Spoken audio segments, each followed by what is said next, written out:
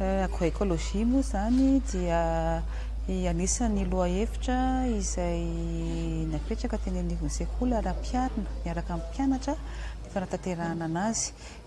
Misy sekoly maromaro izay nanaovana izany fampidinana ny agroekôlôzia izany, nanaovana pilote moa zany filaza azy, dia izy ireo no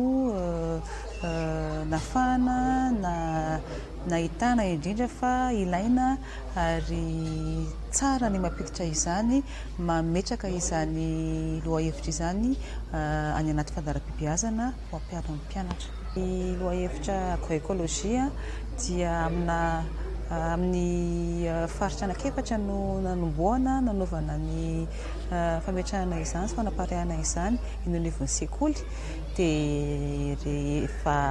hita moa zany izao ny fahombiazan'ny ilay tetikasa dia ataontsika any an-dalana ny fanaovana izany fanatanterahana izany eny amin'ny sekoly manerana ny nosy. Ny vokatra azo ny fanadihadiana izay natao aloha dia nahatsiaro ary nahita na mpianatra na mpampianatra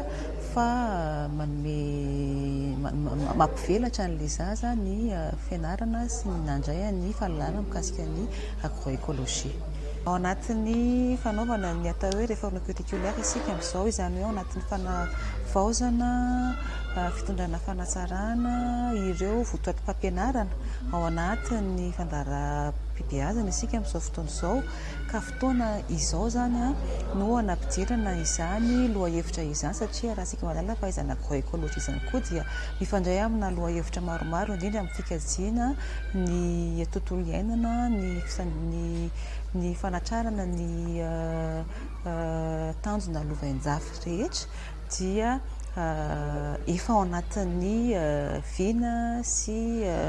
fanatanterahana izany. Tanteraka ny ministerina fanavaozam-pirenena amin'izao mba ho ampiarina any anatin'ny fahalalana omena amin'ny mpianatra.